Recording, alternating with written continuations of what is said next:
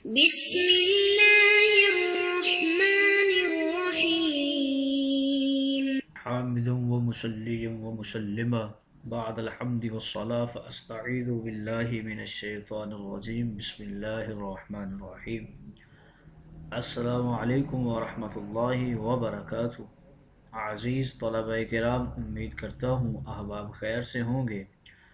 انشاءاللہ آج ہم تفسیر جلالین کے درس نمبر 55 میں سپارہ نمبر 16 سے سورہ طٰہٰ کی منتخب کردہ آیات 116 سے لے کر 120 تک پڑھنے کی سعادت حاصل کریں گے، جن میں حسب سابق کلام الہی و کلام مفسر کا ترجمہ ہوگا، ربط و تعلق آیات کو ذکر کیا جائے گا، کلام مفسر کی تشریح و توضیح کی سعادت حاصل کریں گے. تو آئیے طلبہ کرام بلا تاخیر بڑھتے ہیں اپنے آج کے درس کی طرف. رب تعالی نے سب سے پہلے ارشاد فرمایا، بسم اللہ الرحمن الرحیم، وَإِذْ قُلْنَا لِلْمَلَائِكَةِ اسْجُدُوا لِآدَمَ فَسَجَدُوا إِلَّا إِبْلِيسَ أَبَى. آئیے طلبہ کرام سب سے پہلے ان آیات کا ماقبل آیات کے ساتھ ربط اور تعلق جانتے ہیں.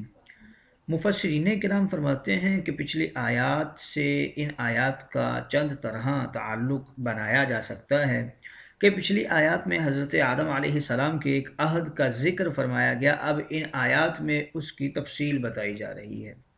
دوسرا تعلق ان آیات کا ماقبل آیات کے ساتھ کچھ یوں ذکر فرماتے ہیں کہ پچھلی آیات میں مومن کی شان بتائی گئی کہ عالم آخرت، جنت میں، حشر و قیامت میں ان پر کوئی ظلم نہیں ہوگا. اب ان آیات میں حضرت آدم کے وقت سے جنت کا نقشہ بتایا گیا کہ اس وقت بھی آدم علیہ السلام سے فرمایا گیا تھا کہ تم کو جنت میں کسی قسم کا اندیشہ و خوف نہیں ہوگا. تیسرا تعلق ان آیات کا ماقبل آیات کے ساتھ کچھ یوں ذکر فرماتے ہیں کہ یہ قرآن مجید متقی بننے اور اپنے برے بھلے کو سوچنے سمجھنے کے لیے نازل کیا گیا ہے. اب ان آیات میں فرمایا جا رہا ہے کہ برا کون ہے جس سے بچنا ضروری ہے اور جس سے بچ کر ہی انسان متقی اور پرہیزگار بن سکتا ہے. آئیے طلبہ کرام ربط و تعلق آیات کے بعد بڑھتے ہیں آج کے درس کے ترجمہ کی طرف. رب تعالیٰ نے ارشاد فرمایا، وَإِذْ قُلْنَا لِلْمَلَائِكَةِ اسْجُدُوا لِآدَمَ فَسَجَدُوا إِلَّا إِبْلِيسَ. اور وہ وقت یاد کیجئے، محبوب کے ساتھ گفتگو ہو رہی ہے کہ جب ہم نے فرشتوں کو حکم دیا اسجدوا لآدم، آدم کو سجدہ کرو، فسجدوا إِلَّا إِبْلِيسَ، سارے فرشتوں نے سجدہ کر لیا مگر ابلیس نے سجدہ نہیں کیا اور ابا انکار کر دیا. ابلیس کے حوالے سے بتا رہے ہیں کہ وہ جنوں کا باپ تھا، کان یصحب الملائکہ، اور وہ فرشتوں کے ساتھ ہی رہا کرتا تھا، وَيَعْبُدُ اللَّهَ، اور ان کے ساتھ اللہ کی عبادت بھی کیا کرتا تھا.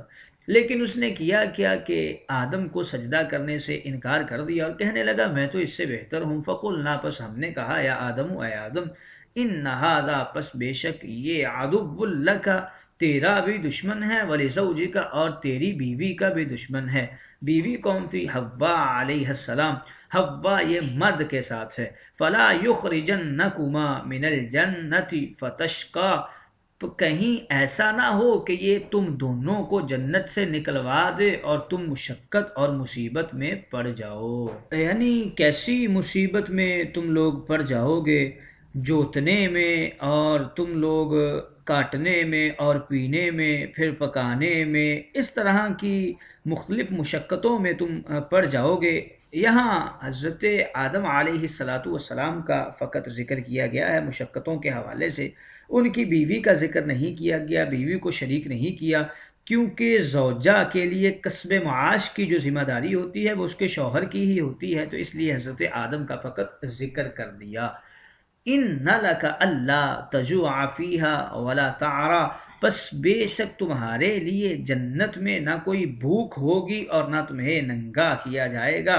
وہ بتا رہے ہیں کہ اسے حمزہ کے فتح کے ساتھ بھی پڑھ سکتے ہیں اور کسرہ کے ساتھ بھی پڑھ سکتے ہیں، اِنَّا کے اسم یا اس کے جملہ کے اوپر عطف کرتے ہوئے. لا تزعموا فیہا، یہاں پر تمہیں کوئی پیاس بھی نہیں لگے گی، ولا تضحا لا يحصل لك حر شمس الضحى، یہاں پر سورج کی گرمی بھی تمہیں نہیں پہنچے گی، یعنی دھوپ نہیں ہوگی تو سورج کی گرمی کیسے پہنچے گی؟ لانتفاء الشمس فی الجنہ، کیونکہ جنت کے اندر تو سورج نہیں ہوگا۔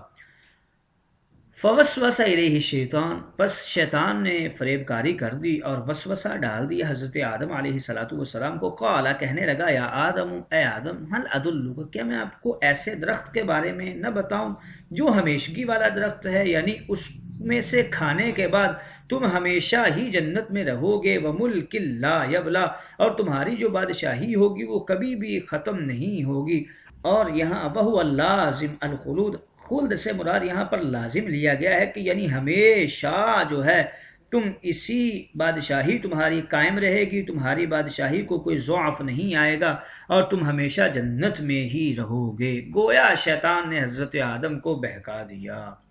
آئیے طلبہ کرام، ترجمہ کے بعد بڑھتے ہیں آج کے درس کی تشریح و توضیح کی طرف۔ یہاں حضرت آدم علیہ السلام اور ابلیس کے قصے کو ذکر کیا جا رہا ہے۔ وَإِذْ قُلْنَا لِلْمَلَائِكَةِ اسْجُدُوا لِآدَمَ فَسَجَدُوا إِلَّا إِبْلِيسَ أَبَىٰ، یہاں سے محبوب کے سامنے وہ قصہ سارا رکھا جا رہا ہے۔ تخلیق آدم کے بعد تمام فرشتوں کو اور ان کے ضمن میں ابلیس کو بھی رب تعالیٰ نے حکم فرمایا کہ آدم کو سجدہ کرو، کیونکہ ابلیس جو تھا وہ فرشتوں کے ساتھ ہی رب تعالیٰ کی عبادت کیا کرتا تھا اور انہی کے ساتھ ہی وہ رہا کرتا تھا۔ تو سارے فرشتوں نے سجدہ کر لیا، مگر ابلیس ایسا لعین تھا کہ اس نے انکار کر دیا، جس کی وجہ دوسری آیت میں بیان کی ہے کہ اس نے انکار کیوں کیا۔ کہنے لگا کہ خلقتنی من نار وخلقتہ من طین، تو نے مجھے تو آگ سے بنایا ہے اور اسے مٹی سے بنایا ہے۔ بس اس تکبر کی وجہ سے ابلیس کو ملعون کر کے جنت سے نکال دیا گیا۔ حضرت آدم اور حضرت حوا کے لیے جنت کے سب باغات کے دروازے کھول دیے گئے اور ہر چیز کے استعمال کی اجازت دے دی گئی۔ صرف ایک معین درخت کے لیے یہ ہدایت کی گئی کہ اس درخت کی کوئی بھی چیز نہ کھانا، اس کے قریب بھی نہ جانا۔ واقعہ کی پوری تفصیل سورہ بقرہ اور اعراف کی آیات میں مذکور ہے۔ یہاں اللہ تعالیٰ نے اپنا وہ ارشاد ذکر فرمایا جو اس عہد کو محفوظ رکھنے پر اور اس پر قائم رہنے کے سلسلے میں فرمایا کہ دیکھو ابلیس تم دونوں کا دشمن ہے، کہیں یہ تمہیں یہاں سے نکلوا نہ دے اور تم جا کے مصیبت میں پڑ جاؤ۔ اور وہ مصیبت کیسی کہ فلا یخرجنکما من الجنۃ فتشقی، مشقت میں تم پڑ جاؤ۔ تشقی یہ شقاوت سے مشتق ہے، یہ دو معنی کے لیے استعمال ہوتا ہے، ایک شقاوت آخرت کے لیے اور دوسرا شقاوت دنیا کے لیے، یعنی جسمانی مشقت اور مصیبت میں نہ پڑ جانا، اس جگہ پر یہی مراد ہے۔ اسی لیے امام جو ہیں وہ یعنی رب تعالیٰ نے ارشاد فرمایا کہ کہیں تمہیں یہ مصیبت میں نہ ڈال دے کہ دنیا میں جا کر تمہیں یہ سب کچھ کرنا پڑے اپنے ہاتھوں سے۔ آدم علیہ السلام جب زمین پر تشریف لائے تو جبریل نے جنت سے کچھ دانے گندم چاول لا کر دیے، ان کو زمین میں کاشت کرو اور اس کے بعد جب کھیتی تیار ہو جائے تو اس کا جو غلہ ہے وہ نکال لو، پھر اس کو پیسو، روٹی کو پکاؤ، پھر اسے کھاؤ۔ حضرت آدم جو تھے پہاڑ پر کھانے کے لیے روٹی لے کر بیٹھے تھے، روٹی ہاتھ سے چھوٹ گئی اور پہاڑ سے لڑک کر زمین پر گئی۔ آدم اس کے پیچھے چلے اور بڑی محنت سے اس کو واپس لے کر آئے۔ اس وقت جبریل نے فرمایا، اے آدم، آپ کا اور آپ کی اولاد کا رزق زمین میں اسی طرح محنت و مشقت سے حاصل ہوگا۔ اب شیطان نے کیا کہ حضرت آدم علیہ السلام کو جب رب تعالیٰ نے حکمن فرمایا کہ اے آدم، یہ تمہارا اور تمہاری بیوی کا دشمن ہے، یہ تمہیں جنت سے نکلوا کر تم دونوں کو یہ مصیبت کے اندر، مشقت کے اندر نہ ڈال دے۔ یہاں پر ایک اعتراض ہوتا ہے کہ تشقی جو ہے وہ مفرد ذکر کیا گیا ہے، حالانکہ حضرت آدم اور حضرت حوا دونوں تھے۔ تو اس کا جواب یہ دے رہے ہیں کہ بیوی کو اس میں شریک نہیں کیا کیونکہ مقام کی رعایت کی گئی ہے، کیونکہ بیوی کی ضروریات زندگی شوہر کے ذمہ ہوتی ہیں، ان کے حصول میں جو محنتیں مشقتیں ہوتی ہیں شوہر کی تنہا ذمہ داری ہوتی ہے۔ اس لیے تشقی مفرد کا صیغہ لا کر اس بات کی طرف اشارہ کر دیا کہ زمین پر اترنے کے بعد حوا کی ضروریات زندگی کی تحصیل صرف آدم کی ذمہ داری ہے، بلکہ امام فرماتے ہیں کہ اس آیت مقدسہ سے یہ چیز بھی واضح ہوئی ہے کہ جو عورت کا نفقہ مرد پر واجب ہے وہ صرف 4 چیزیں ہیں: کھانا، پینا اور لباس و مسکن۔ اس کے علاوہ جو کچھ بھی شوہر کرتا ہے وہ تبرکن اور تبرعن کرتا ہے۔ اس سے یہ بھی معلوم ہوتا ہے کہ بیوی کے علاوہ جس کا بھی نفقہ کسی پر واجب ہوگا وہ یہی 4 چیزیں ہوں گی۔ آگے بتا رہے ہیں کہ اِنَّ لَكَ أَلَّا تَجُوعَ فِيهَا وَلَا تَعْرَىٰ، اے آدم ابھی تو تمہاری یہ شان ہے کہ ہر نعمت تمہارے پاس ہے، ہر سعادت تم کو میسر ہے، اور سعادت الہیہ کا ہی یہ نتیجہ ہے کہ جب سے پیدا ہوئے ہو تم کو بھوک ہی نہیں لگی، تم زمین پر ٹھہرے، کھانے کی حاجت نہیں ہوئی، تمہیں تو 40 سال تک سجدہ بھی ہوتا رہا، تم تخت پر ہی بیٹھے رہے، کسی چیز کی بھوک و پیاس نے تمہیں نہیں ستایا۔ اب تم جنت میں رہ رہے ہو، کبھی تم کو اس جنت میں بھوک کی تکلیف نہ پہنچی، اور پھر جنت میں اتنی کثیر نعمتیں ہیں کہ فَكُلَا مِنْهَا رَغَدًا حَيْثُ شِئْتُمَا، جہاں سے دل کرتا ہے تم کھاؤ۔ ابھی تو تم بھوک کی تکلیف سے آشنا ہی نہیں ہو۔ ولا تعرا، نہ تم کبھی ننگے ہوئے، نہ لباس پرانا، نہ میلا، نہ کبھی دھونے کی حاجت، نہ تبدیلی کی ضرورت، کیونکہ یہ سعادت الہیہ کا لباس ہے، صنعت انسانی کا نہیں ہے۔ صنعت انسانی شقاوت سے ملتی ہے اور نعمت رحمانی سعادت سے ملتی ہے۔ وَأَنَّكَ لَا تَزْأَمُ فِيهَا وَلَا تَضْحَىٰ، اور اس جنت میں تم کبھی پیاسے بھی نہیں ہوگے اور نہ تم یہاں پر کبھی دھوپ کو دیکھو گے، کیونکہ اگر دھوپ کا ظہور ہوگا اس کی تپش اور اس کی جلن کی وجہ سے ہی پیاس لگے گی، تو یہاں پر سورج ہوتا ہی نہیں ہے، اس لیے تمہیں کبھی یہاں پر پیاس بھی نہیں لگے گی۔ فَوَسْوَسَ إِلَيْهِ الشَّيْطَانُ قَالَ يَا آدَمُ هَلْ أَدُلُّكَ عَلَىٰ شَجَرَةِ الْخُلْدِ۔ یہ سارا کچھ عہد و پیما رب تعالیٰ کے ساتھ ہونے کے بعد بھی شیطان نے اپنا وسوسہ کسی نہ کسی طریقے سے حضرت آدم تک پہنچا ہی دیا۔ وہ اس طرح کہ ابلیس اگرچہ علم والا نہیں تھا، مگر اس نے اپنی عیاری، مکاری سے اور تخمین اندازے سے بشریت کی 3 کمزوریاں جان لی تھیں۔ پہلا یہ کہ انسان کے اندر نسیان اور بھول ہوتا ہے، دوسرا یہ کہ لالچ یعنی دنیاوی زندگی کی حرص و خواہش ہوتی ہے، اور تیسرا یہ کہ موت کا ڈر ہوتا ہے، یعنی موت نہ چاہنا، لمبی سے لمبی زندگی۔ کافی عرصہ بعد جب ابلیس نے گمان کیا کہ اب آدم پچھلی باتیں یعنی میری گستاخانہ گفتگو، عدم سجدہ کی دشمنی اور مخالفانہ رویہ اور اللہ کا عہد بھول گئے ہوں گے، تو وہ بوڑھے اور بزرگ فرشتے کے لبادے میں بیس بدل کر آدم کے پاس آیا، اور پہلے حضرت حوا کے پاس آیا تھا، پھر موت سے ڈرایا اور ہمیشہ زندہ رہنے کا گڑ سکھانے کا وعدہ کیا، اور پھر آنے کا وعدہ کر کے چلا گیا۔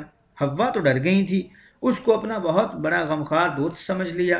جب حضرت آدم آئے تو حوا نے آپ کو یہ سارا قصہ سنایا۔ موت کی بات سن کر وہ بتقاضۂ بشر، وہ بھی مرنے سے گھبرائے اس بوڑھے مہربان کا انتظار کرنے لگے۔ کچھ دن بعد ابلیس پھر آیا، اسی طرح بیس بدل کے ظاہر ہوا اور عیارانہ طریقے سے دوستی ظاہر کرتے ہوئے نصیحتیں کرنے لگا۔ یا آدم هل أدلك على شجرة الخلد، ایسے درخت کا پتہ نہ بتا دوں کہ اگر اس کا پھل کھا لو گے تو ہمیشہ جنت میں ہی رہو گے، اور تمہاری جو بادشاہت ہے اسے کبھی بھی ضعف نہیں آئے گا، یہ کبھی خراب نہیں ہوگی، فنا نہیں ہوگی، اور یہاں پر تم ہمیشہ ہی رہو گے اس جنت کے اندر۔ تو اس نے اپنی عیارانہ اور مکارانہ گفتگو سے حضرت آدم علیہ السلام کو اپنے وسوسوں کے ساتھ آپ کو اپنا قائل کر لیا تھا۔ آپ کو کیوں بہکایا؟ تو اس حوالے سے مفسرین کرام ذکر کرتے ہیں، چونکہ اسے آدم علیہ السلام کی وجہ سے دنیاوی زندگی کی 4 ذلتیں ملی تھی، اور ذلتیں اس لیے ملی کہ وہ ابلیس اپنی ضد پہ اڑا رہا کہ شخصیت آدم پر میرا اعتراض درست تھا اور میں اس کو ہر طرح سے درست ثابت کروں گا۔ اس کام کے لیے شیطان نے 4 باتوں کا ذکر کیا۔ ابلیس نے رب تعالیٰ سے 4 باتیں مانگی تھی۔ پہلی یہ کہ تا قیامت لمبی زندگی عطا کر، اس لیے کہ چونکہ میرا دعویٰ ہے کہ میں لائق ہوں، لہٰذا میں ہی افضل ہوں، مجھے میرے اس دعوے کو ثابت کرنے کے لیے مہلت دی جائے تاکہ میں تا قیامت اپنی پوری طاقت کے ساتھ آدم کی نااہلی کو ثابت کر سکوں۔ دوسری اس نے بات یہ رب تعالیٰ سے مانگی تھی کہ ہر انسان بلکہ دنیا کی چیزوں پر اختیار و تصرف مجھے عطا فرما۔ تیسرا اس نے یہ مانگا تھا کہ ہر شخص پر تسلط اور اس کے پاس پہنچنے کی سہولت مجھے عطا فرما، جہاں تک بشریت کی رہائش ہو وہاں تک میری پہنچ ہونی چاہیے۔ چوتھے نمبر پہ اس نے رب سے قوت مانگی تھی کہ جس بشر کی طاقت جس قسم کی بھی ہو اسی قسم کا اس پر میرا غلبہ ہو سکے۔ علماء کرام فرماتے ہیں کہ لمبی عمر اس لیے مانگی جب تک زمین پر بشریت رہے میری عمر بھی رہے۔ یہ کتنی بڑی اس کی عیاری تھی کہ خود تو رب تعالیٰ سے لمبی عمر مانگ رہا ہے اور آدم و حوا کو لمبی عمر کے لیے شجرۃ الخلد دکھا رہا ہے۔ بشریت کے ساتھ اس کا رویہ تا قیامت ایسا ہی ہوگا۔ تو اسی لیے شیطان ہے، ابلیس ہے، اسے رب تعالیٰ نے انسان کا عدو مبین یعنی کھلا کھلا دشمن فرمایا ہے۔